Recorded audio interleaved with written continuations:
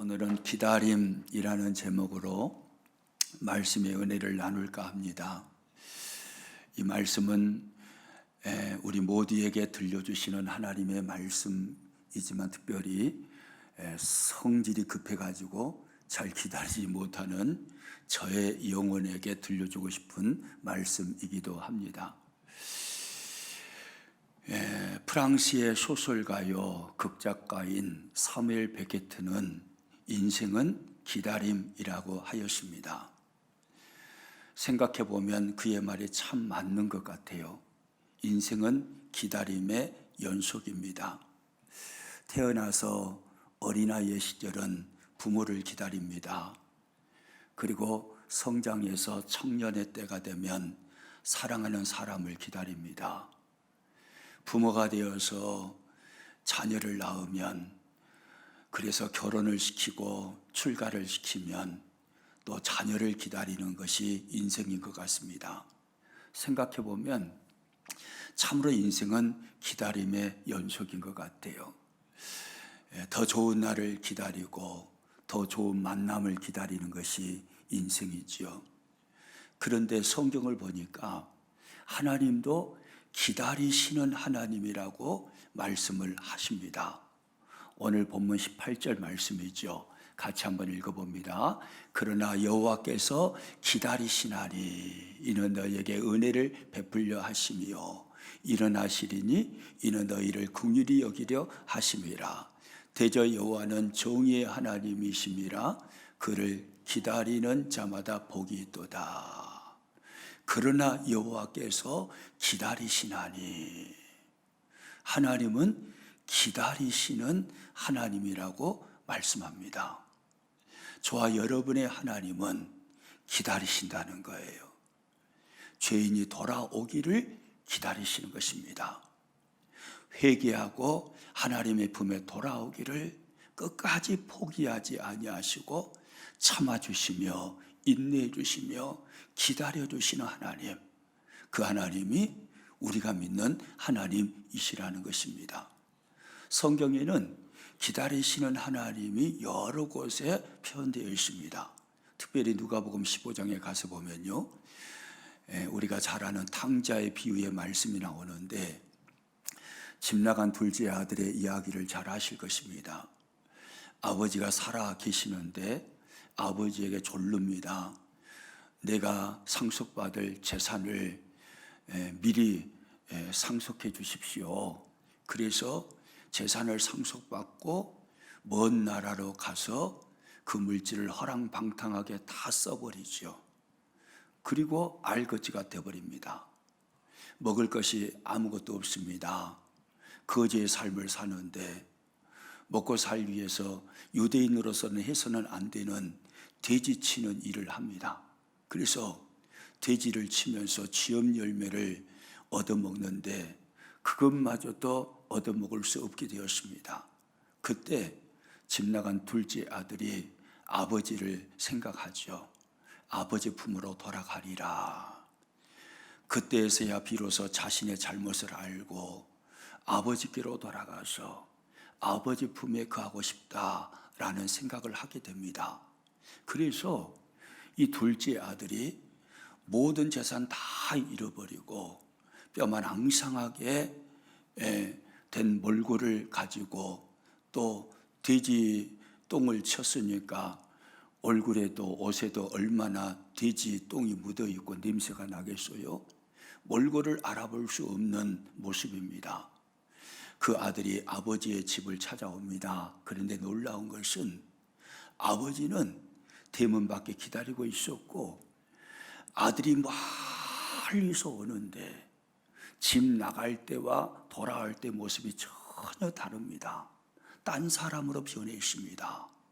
그런데 아버지는 거리가 먼데도 불구하고 첫눈에 아들임을 금방 알아차립니다.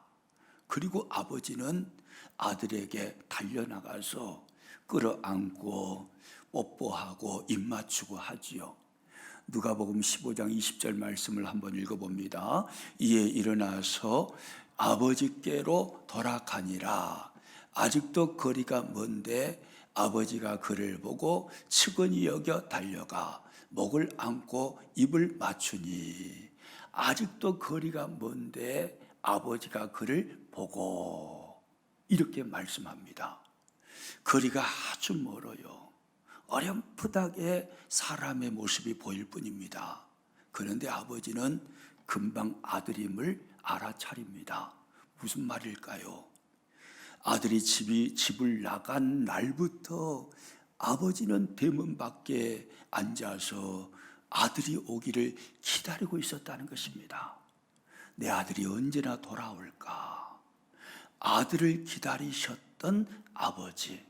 이 아버지는 죄인을 기다리시는 하나님 아버지를 표현하는 말씀이죠. 회개하고 돌아오기를 하나님의 백성들이 다시금 하나님의 품으로 돌아와서 하나님의 은혜를 누리기를 하나님은 원하신다는 것이에요. 그러면 하나님은 왜 기다리실까요? 기다리시는 이유가 뭡니까? 야, 너 그렇게 살면 되겠냐? 너 잘못했지? 그래서 회초리를 준비하시고 회초리 찜질을 하시려고 기다리실까요? 그렇지 않습니다. 하나님의 기다리심은 은혜를 베풀기 원하심이고 궁유를 베풀기 원하심입니다. 오늘 보면 18절 상반절 같이 한번 읽어봅니다. 그러나 여호와께서 기다리시나니 이는 너희에게 은혜를 베풀려 하심이요 일어나시리니 이는 너희를 긍휼히 여기려 하심이라. 아멘이시죠? 은혜를 베풀려 하심이요 긍휼히 여기려 하심이라. 은혜를 베풀기 위해서 긍휼히 여겨주기 위해서 하나님은 기다리신다는 거예요. 오늘 예배 시간에 우리가 이 하나님 품으로 달려 안겨지시기를 축복합니다. 하나님은 기다리시는 것입니다. 혹 한 주간 살면서 아니 이제까지 인생을 살면서 나의 신앙의 모습이 더럽혀질 대로 더럽혀졌을지라도 많은 사람들에게 큰 상처를 받아서 내 영혼이 갈기 찢겨져 엉망일지라도 내가 방탕하고 타락하였을지라도 하나님 품에 돌아와 안기시는 오늘 복된 시간이 될 수 있기를 축복합니다. 하나님은 기다리시는 하나님이에요.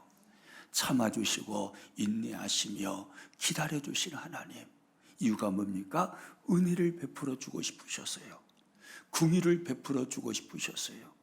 불쌍히 여겨주시고 사랑하여 주고 싶으셔서 하나님 은혜 품에 꼭 안아주시고 다독여 주시고 위로하여 주시고 격려하여 주시고 아무개야 내가 너와 함께한다. 아무개야 나는 너를 사랑한다. 아무개야 세상 사람들이 다 너를 무시해도 너는 나에게 있어서 보배롭고 존귀한 자이다. 하나님은 그렇게 말씀하시며 위로하시고 은혜를 베푸시고 긍휼을 베푸시기 위해서 우리를 기다리신다는 말씀이에요. 이 하나님 앞에 오늘 예배 시간뿐만이 아니라 날마다 안겨지시기를 주님 앞에 주님의 이름으로 축복합니다. 그런데 오늘 말씀을 잘 보시면요, 하나님의 기다리심이 인간의 기다림으로 바뀌어짐을 알 수가 있어요.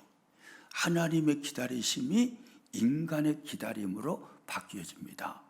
오늘 보면 18절 하반절 말씀 같이 읽어봅니다. 대저 여호와는 정의의 하나님이심이라. 그를 기다리는 자마다 복이 있도다. 하나님께서 은혜와 긍휼을 베풀기 위해서 우리를 기다리신다라고 말씀이 시작되었는데 이 말씀은 인간의 기다림으로 바뀌어집니다. 그를 뭐 하는 자마다 복이 있다라고 합니까? 기다리는 자마다. 하나님을 기다리는 자가 복이 있다라고 말씀을 하십니다. 하나님을 기다리는 자. 여러분 신앙생활은 기다림입니다. 하나님을 기다리는 것이 신앙생활입니다. 성경을 읽어보시면 하나님 앞에 크고 위대한 그릇으로 쓰임받은 믿음의 조상들마다요, 하나님을 기다리는 삶을 살았어요. 하나님을 인내하며 참고 하나님의 역사하심을, 하나님의 때를 기다렸습니다. 우리가 잘 아는 믿음의 조상 아브라함을 생각해 보세요. 아브라함은 75세에 부르심을 받았습니다. 부르심을 받았을 때 큰 민족을 약속받았습니다. 그런데 자식 하나 없습니다. 자식 하나 없는데 어떻게 민족을 이룹니까? 아브라함은 그러나 약속을 붙들고 하나님을 기다렸습니다. 무려 그 기다렸던 세월이 25년입니다. 25년의 세월을 기다리고 기다려서 마침내 100세에 아들 이삭을 하나님께로부터 얻은 줄로 믿으시기 바랍니다. 기다리고 기다렸습니다. 여러분, 창세기에 나오는 노아도 한번 생각해 보세요. 믿음의 사람 노아. 그는요, 산 위에 올라가서 하나님께서 명령하신 방주를 만듭니다. 방주를 만들면서 무려 120년을 기다려요. 120년을 기다리면서 하나님의 명령에 순종하여 방주를 만드는 것입니다. 여러분, 믿음의 사람은 이렇게 기다렸어요. 요셉도 마찬가지예요.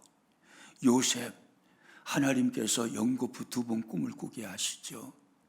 형들의 곡식단이 일어서서 자신의 곡식단에 절하는 꿈, 그리고 해와 달과 별들이 자신의 별에 절하는 꿈, 그런 꿈을 주십니다.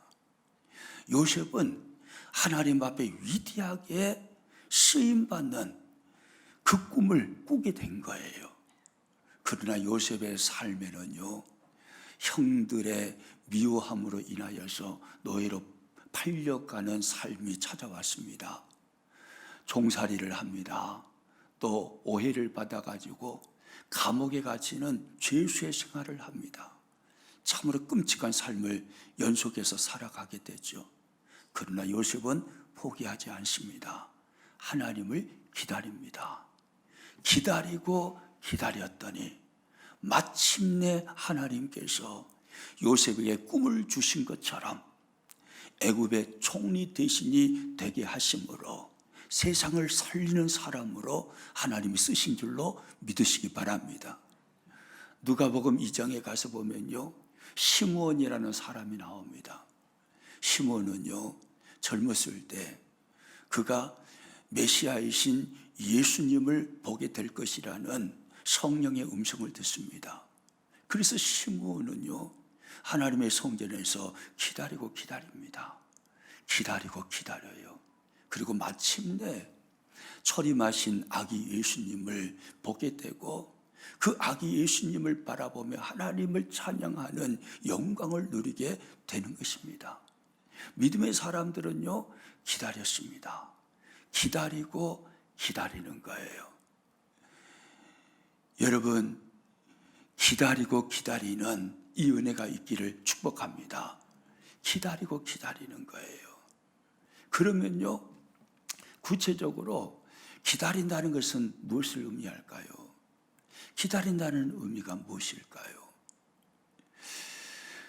그냥 아무것도 하지 않고 백수처럼 그냥 넋놓고 아무 일도 하지 않고 그냥 가만히 게으르게 가만히 있는다라는 것을 의미할까요? 그런 의미는 아닙니다. 오늘 성경을 잘 보시면 기다린다라는 의미를 2가지로 말씀해 주고 있습니다. 첫 번째는요, 부르짖어 기도하는 것을 의미합니다. 뭘 의미한다고요? 부르짖어 기도하는 거예요. 기다리는 것은 부르짖어 기도하는 것입니다. 여러분, 신약성경에 가서 보시면 예수님께서 승천하시면서 제자들에게 예루살렘을 떠나지 말고 아버지의 약속하신 것을 기다리라 라고 말씀했습니다. 여기서 주님이 말씀하신 기다리라는 것은 아버지의 약속하신 성령을 구하며 기도하라는 것이었죠. 그래서 기다리라는 의미를 제자들은 그렇게 해석을 했고, 마가의 다락방에 올라가서 10일 동안 간절히 성령을 구하며 성령의 찾아오심을 기다린 줄로 믿으시기 바랍니다. 기다린다는 것은 부르짖어 기도하는 것을 의미하는 거예요. 오늘 본문에도 그것을 잘 말씀해 주고 있어요. 오늘 본문 19절 말씀 같이 읽어봅니다. 그가 내 부르짖는 소리로 말미암아 내게 은혜를 베푸시되 그가 들으실 때에 내게 응답하시리라. 그가 내 부르짖는 소리로 말미암아 내게 은혜를 베푸시되 그가 들으실 때에 내게 응답하시리라. 기다린다는 것은 부르짖어 기도하는 것입니다. 기도하며 기다리라는 거예요. 부르짖어 기도하면 하나님께서 응답하시리라 라고 말씀을 합니다. 여러분, 인생을 살다 보면 여러 가지 어려운 일이 찾아옵니다. 역경과 시련이 없는 사람이 없지요. 모두 다 나름대로의 고난을 겪게 됩니다. 그때 갑작스럽게 어려움을 당하게 되면 우리는 당황하게 되죠. 그래서 좌충우돌하는 삶을 살아갑니다. 하나님을 의지하기보다는 세상을 의지하고 싶은 그런 생각이 먼저 들기도 합니다. 여러 가지 이 방법을 해결하기 위해서 여러 가지 고민을 하고 그렇지요. 그게 우리의 사람의 모습인 것 같아요. 그런데 그때에 우리는 어떻게 해야 할까요? 하나님은요, 유다 백성들이 오늘 본문에 처한 상황은 그런 상황이에요. 유다 백성들이 아수리의 공격을 받습니다. 북쪽의 아수리의 공격을 받아요. 그래서 당황을 합니다. 나라가 큰 위기에 빠졌어요. 그때 그들이 취한 행동은 하나님 앞에 부르짖어 기도하는 게 아니었어요. 먼저 남쪽에 있는 강대국인 애굽을 찾았습니다. 이집트, 이 애굽이라는 나라를 찾아서 군사 동맹을 맺는 거예요. 하나님을 찾지 아니하고 세상의 힘을 의지한 거죠. 군사 동맹을 맺어서 그 힘으로 인해서 아수르의 공격을 이기려고 한 것입니다. 그때 하나님은 그들을 향해서 이렇게 말씀하십니다. 이사야 30장 15절 같이 읽어봅니다. 너희가 돌이켜 조용히 있어야 구원을 얻을 것이요 잠잠하고 신뢰하여야 힘을 얻을 것이거늘. 할렐루야. 이 말씀 잘 봐보세요. 잠잠하고 신뢰하여야 구원을 얻을 것이요 힘을 얻을 것이거늘, 이렇게 말씀합니다. 무슨 말이에요? 어려운 일을 만났을 때 당황하지 말라는 거예요. 잠잠하라는 거예요. 그리고 누구를 신뢰하라는 거예요? 하나님을 신뢰하라는 거예요. 세상의 강한 힘인 애굽을 신뢰하지 말고 전능하신 하나님을 신뢰하라는 것입니다. 하나님을 신뢰하여 하나님께 기도하라는 거예요. 하나님을 의지하라는 거예요. 그러면 하나님께서 구원을 베푸실 것이고 하나님께서 힘을 주실 것이라, 이 말이에요. 하나님을 신뢰하고 하나님께 기도하라고 말하는 것입니다. 기다리라는 것은 다른 게 아니에요. 기도하는 것입니다. 하나님을 신뢰함으로 나의 구원은 하나님께 있습니다. 나의 힘과 나의 능력은 하나님께 있습니다. 그렇게 믿음으로 선포하고 고백하고 하나님을 신뢰함으로 기도하라는 것입니다. 저는 목회를 하면서요, 부교육자 시절에는 잘 몰랐습니다. 근데 담임 목회를 하면서 지금 9년째 평안교회에서 목회를 하는데, 목회를 하다 보니까 목회 한계에 부딪히게 되더라고요. 나의 한없이 부족함과 연약함을 보게 되고, 그리고 발버둥 쳐도 되지 않는 그런 것을 보게 되었습니다. 잘해보려고 몸부림치고 애를 쓰는데 교회는 참 이상하게도 더 수렁에 빠져드는 것 같고, 제가 느낄 때요. 그리고 2024년 새해가 되었잖아요. 평안교회에서 목회하는 중에 연말과 새해가 되면 언제나 새가족들이 많이 등록을 하였습니다. 그런데 참 이상하게도 2023년, 2024년 연말과 새해가 되었는데 등록하는 식구가 없는 거예요. 2023년 12월 17일 날 새가족이 등록하고 2024년 1월 14일까지 한 달여 동안 등록교인이 없었습니다. 참 목회자로서 한계다, 한계라는 생각이 들었습니다. 그래서 하나님 앞에 어떻게 해야 될까요? 이 문제를 어떻게 풀어가야 합니까? 이 한계를 어떻게 돌파해 가야 합니까? 라고 물었습니다. 그때 제 마음속에 드는 생각이 기도해라. 기도가 답이다. 기본으로, 목회 기본으로 돌아가라.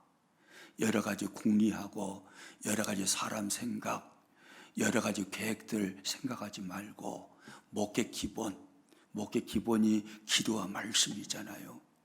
기도와 말씀으로 돌아가라. 기본으로 돌아가는데 거기에 답이 있다 라는 생각이 문득 들었습니다. 그래서 21일 날, 지난 주일이죠. 21일 날 여러분에게 선포한 것이 바로 정오 기도 운동입니다. 우리 함께 기도합시다. 부흥을 위해서 함께 기도합시다. 이 정오 기도 운동을 여러분에게 선포를 했습니다. 그리고 많은 분들이 기도 운동에 동참해 주셨어요. 지금도 계속해서 부흥을 위한 기도 운동은 이어지고 있습니다. 그런데 놀라운 사실이에요. 기도하기로 작정하고 교우들이 한 마음을 모아서 부흥을 위해서 기도를 시작하려고 했더니 하나님께서 바로 역사하시는 거예요. 제가 2024년 연초에 교회를 생각할 때 참 무겁게 기도하는 기도의 제목이 있었어요. 그런데 21일 날, 지난 주일 날 정오 기도 운동을 선포하고 기도하는 사람을 모집했는데 그날 저녁에 바로 그 기도 응답이 이루어졌어요. 바로 문제가 풀려졌습니다. 그리고 또 놀라운 사실이에요. 그리고 한 주간이 지났습니다. 지난 주일이 28일이잖아요. 오늘이 2월 4일이고 지난 주일은 28일 주일에 그렇게 오지 않았던 새가족이요. 무려 6분이나 등록을 했어요. 놀라운 일입니다. 우리 주보에 보시면 새가족이 등록하면 등록 교인들은 이렇게 주보에 실으려고 그럽니다. 영혼의 센터 오늘 나누는 말씀 아래에 보시면 지난 주일에 등록한 새가족들을 환영하며 축복합니다. 이 란을 만들었어요. 등록을 하면 이렇게 번호를 계속해서 2024년 한 해 동안 계속 번호를 이어가면서 등록교인을 이렇게 주보에다 실을 것입니다. 그러면 주일날 등록하신 분들이 이분들이구나. 우리가 기억하시면서 기도하면 좋겠고 또 셀마다 전도회마다 확인하시면서 또 잘 챙겨줬으면 좋겠다라는 생각이 듭니다. 아무튼 놀라운 일이에요. 정오 기도 운동을 선포하고 한 주간 기도했는데 하나님께서요 이처럼 놀랍도록 교회에요 등록교인들이 교회에 등록하게 만들어 주시고 참으로 놀라운 역사죠. 여러분 기도가 능력입니다. 정오 기도 운동을 선포하고 한 주간 2주 동안 지금 기도해 오고 있는데 2주간 기도하면서 제가 느끼는 것은 기도가 진짜 능력이다. 기도하면 하나님이 역사하시는구나. 이렇게 기도를 통해서 하나님이 일하시기 때문에 하나님께서 우리에게 요구하시는 것이 바로 기도구나. 세상 힘 의지하지 말아라. 세상 지혜 찾으려고 하지 말아라. 너 깨부리려고 하지 말아라. 너 머리 굴려서 네 계획 세워가지고 네 생각대로 하려고 하지 말아라. 하나님 신뢰하고 기도해라. 하나님께 기도해라. 기도하면 하나님께서 구원하시고 하나님께서 힘을 주신다. 기도해라. 여러분, 기도가 능력이기 때문에 하나님께서 이렇게 말씀하시는 것 같아요. 그러면 우리가 언제까지 기도해야 될까요? 기도는요, 응답될 때까지 하는 것입니다. 시편 40편 1절 말씀을 같이 읽어봅니다. 내가 여호와를 기다리고 기다렸더니 귀를 기울이사 나의 부르짖음을 들으셨도다. 기다리고 기다렸더니 나의 부르짖음을 들으셨도다. 기다리고 기다렸더니 기도하고 기도했더니 나의 부르짖음을 들으셨도다. 언제까지 기도해야 됩니까? 하나님께서 들으시고 응답하실 때까지 기도하는 거예요. 기도는 응답 받을 때까지 하는 거예요. 중간에 포기하는 게 아닙니다. 우리는 부흥을 위해서 기도를 시작했습니다. 이 부흥을 위한 종호 기도 운동 언제까지 해야 될까요? 하나님의 부흥의 역사가 일어날 때까지 하는 겁니다. 언제 하나님께서 부흥을 주실지 몰라요. 그러나 하나님께서 우리의 기도를 들으시고 반드시 부흥케 하실 줄로 우리는 믿습니다. 그 부흥의 불길이 교회 안에 활활 타오를 때까지, 예루살렘 교회처럼 세계 복음화의 진원지가 평안교회가 될 때까지, 그때까지 우리는요 계속해서 부르짖어 부흥을 위하여 기도하는 것입니다. 여러분, 기다린다는 것은 기도하는 것이에요. 또 하나, 기다린다는 것은 무슨 의미일까요? 화면보고도 읽습니다. 철저히 회개하는 것을 의미합니다. 뭘 의미한다고요? 철저히 회개하는 거예요. 기다린다는 것은 회개하는 것을 의미해요. 오늘 본문 22절 말씀을 또 읽어봅니다. 또 너희가 너희 조각한 우상에 입힌 은과 부어 만든 우상에 올린 금을 더럽게 하여 불결한 물건을 던짐같이 던지며 이르기를 나가라 하리라. 우상을 더럽게 하며 던지며 이르기를 뭐 하라 하리라고요? 나가라 하리라. 나가라 하리라. 우상을 향해서 나가라 하리라. 무슨 말이에요? 우상을 버리고 회개한다 이 말이에요. 철저하게 회개한다 이 말이에요. 기다린다는 것은 회개하는 것을 의미합니다. 여러분, 이처럼요, 하나님은 우리에게 기다림을 말씀합니다. 기다리는 자가 복이 있다는 거예요. 어떻게 기다려요? 기도하면서 기다리는 거예요. 회개하면서 기다리는 거예요.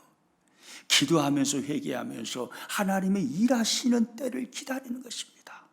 잠잠히 당황하지 말고 잠잠히 기도하면서 회개하면서 하나님의 때를, 하나님의 역사를 인내하면서 기다리는 것입니다.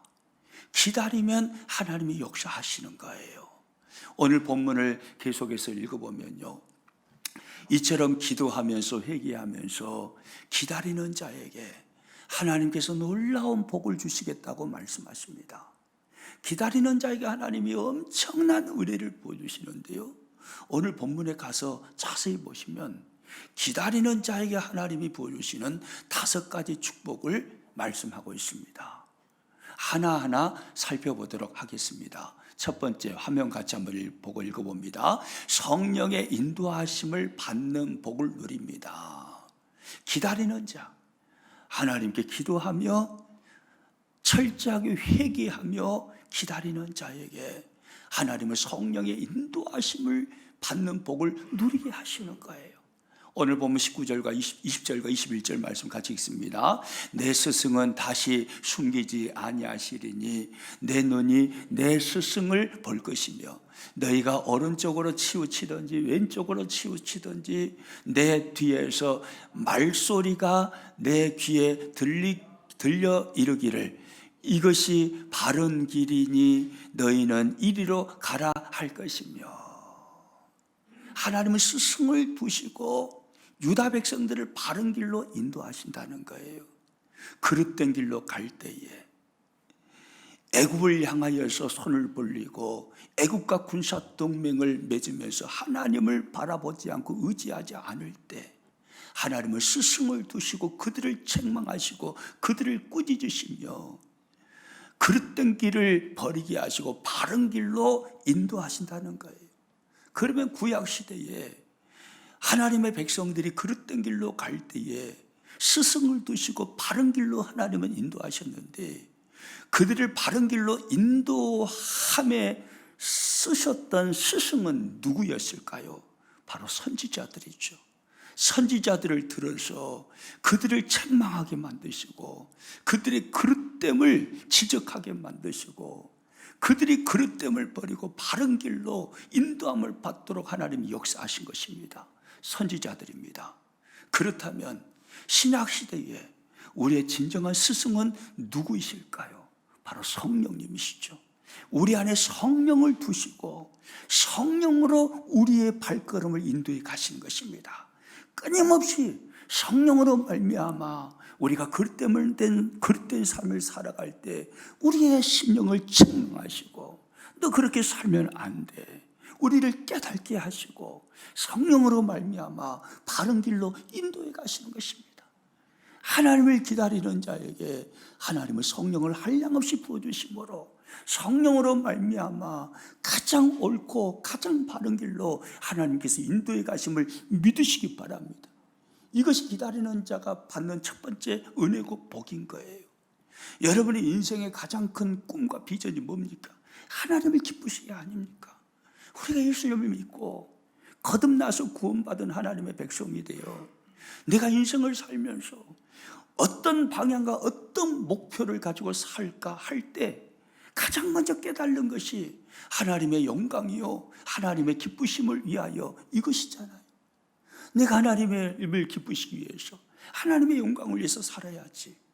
이 소원이 우리 모두의 가슴 속에 있어요. 어떻게 그렇게 살 수 있을까요?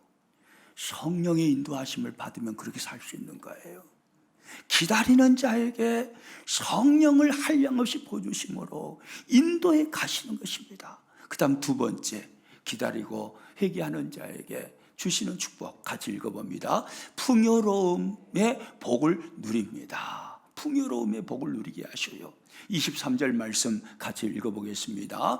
내가 땅에 뿌린 종자에 주께서 비를 주사 땅에 먹을 것을 내며 곡식이 풍성하고 기름지게 하실 것이며 그날에 내 가축이 광활한 목장에서 먹을 것이요. 풍족함을 말씀하잖아요. 풍성함을 말씀하잖아요. 하나님을 신뢰하며 하나님께 기도하고 참으로 회개하며 하나님을 바라보는 자에게 하나님은 풍성함의 축복을 주신다는 거예요. 24절도 마찬가지 말씀이요. 같이 읽습니다. 밭가는 소와 어린 나귀도 키와 쇠수랑으로 까부르고 맛있게 한 먹이를 먹을 것이며 할렐루야, 맛있게 한 먹이를 먹을 것이며 풍성함입니다. 기다리는 자에게 주시는 복, 풍성함이에요. 그 다음 세 번째 복입니다. 또 화면 보고 같이 읽어봅니다. 하나님께서 온수를 갚아주시는 복을 누립니다. 누구를 갚아주셔요? 온수를 갚아주셔요. 하나님이 갚아주신다 이 말이에요. 내가 갚으려고 하지 않아도 하나님께 기도하고 하나님께 회개하며 하나님을 신뢰하고 하나님을 바라보면 하나님이 온수를 갚아주신다 이 말이에요. 하나님이 온수를 갚아주십니다. 오늘 보면 25절 상반절 말씀 같이 읽어봅니다. 크게 살육하는 날 망대가 무너질 때에, 여기서 크게 살육하는 날 망대가 무너진다는 것은요 온수가 무너지는 것을 말하는 거예요. 하나님을 기다렸을 때 하나님이 역사하셔서 온수들이 살육을 당하는 것입니다. 망대가 무너진다는 것은 온수들이 마치 망대가 무너지는 것처럼 다 무너져 버린다 이 말이에요. 하나님께서 기다리는 자에게 역사하시고 은혜를 베푸심으로 하나님이 대신하여 온수를 갚아주시는 거죠. 이게 은혜인 거예요. 이게 은혜인 거예요. 기도하면 하나님이 일해 주십니다. 기도하면 하나님이 온수를 갚아주십니다. 기도하면 하나님이 문제를 풀어주시는 겁니다. 이게 기도의 능력이에요. 그리고 또요, 네 번째, 기다리는 자가 누리는 복입니다. 같이 읽어봅니다. 은혜 강물이 흐르는 복을 누립니다. 참 은혜가 되죠. 은혜의 강물이 흘러요. 기다리는 자의 삶에 하나님의 은혜의 강물이 흐르는 것입니다. 하나님의 은혜의 강물이 흘러요. 저는 우리 모든 평안의 식구들에게 하나님의 은혜의 강물이 흐르기를 축복합니다. 기다리는 자에게 주시는 복이에요. 하나님의 은혜의 강물이 흐르는 거예요. 오늘 보면 25절 하반절 말씀 읽어봅니다. 고3마다 줄령마다 그 뒤에 개울과 시냇물이 흐를 것이며 할렐루야. 고3마다 높은 산마다 줄령마다 골짜기마다 그 뒤에 무엇과 무엇이 흐를 것이라고요? 개울과 시냇물이 흐를 것이라. 은혜의 강물이 흐르는 것입니다. 은혜의 강물이. 우리가 하나님을 기다릴 때요, 하나님께 기도하고 하나님께 참회하며 나아갈 때 하나님께서 들어주시고 은혜의 강물을 우리의 삶에 흐르게 하시는 겁니다. 장벽이 무너지게 만드시고 우리의 삶의 골짜기마다 하나님의 은혜의 강물이 흐르게 하심으로 그 골짜기마다 도두어지게 만드시고 메꿔지게 만드시고 평지가 되게 만들어 주어 버리시는 하나님, 할렐루야. 그 하나님 우리 하나님이에요. 누가 받는 복이에요? 기다리는 자가, 하나님을 기다리는 자가. 그 다음 마지막 5번째 복입니다. 같이 읽습니다. 상처가 치유되며 그 상처가 도리어 영광이 되는 복을 누립니다. 기다리는 자에게 하나님은 상처를 치유되게 하십니다. 거기에서 머무르지 않고요, 한 걸음 더 나가서 그 상처가 도리어 무엇이 되는 복을 누리게 하셔요? 영광이 되는 복입니다. 예? 상처가 영광이 되게 만들어 버리시는 거예요. 이분이 우리 하나님이에요. 기다리는 자가 받는 복인 것입니다. 오늘 보면 26절이 잘 말씀해 주고 있죠. 같이 읽습니다. 여호와께서 자기 백성의 상처를 싸매시며 그들의 맞은 자리를 고치시는 날에는 달빛은 햇빛 같겠고 햇빛은 7배가 되어 7날의 빛과 같으리라. 할렐루야. 예? 기다리는 자의 상처를 하나님이 싸매 주신다는 거예요. 한 걸음 더 나아가서 달빛은 햇빛 같겠고 햇빛은 7배가 되어 7날의 빛과 같으리라. 어둠이 떠나가고 장렬한 빛처럼 말이죠.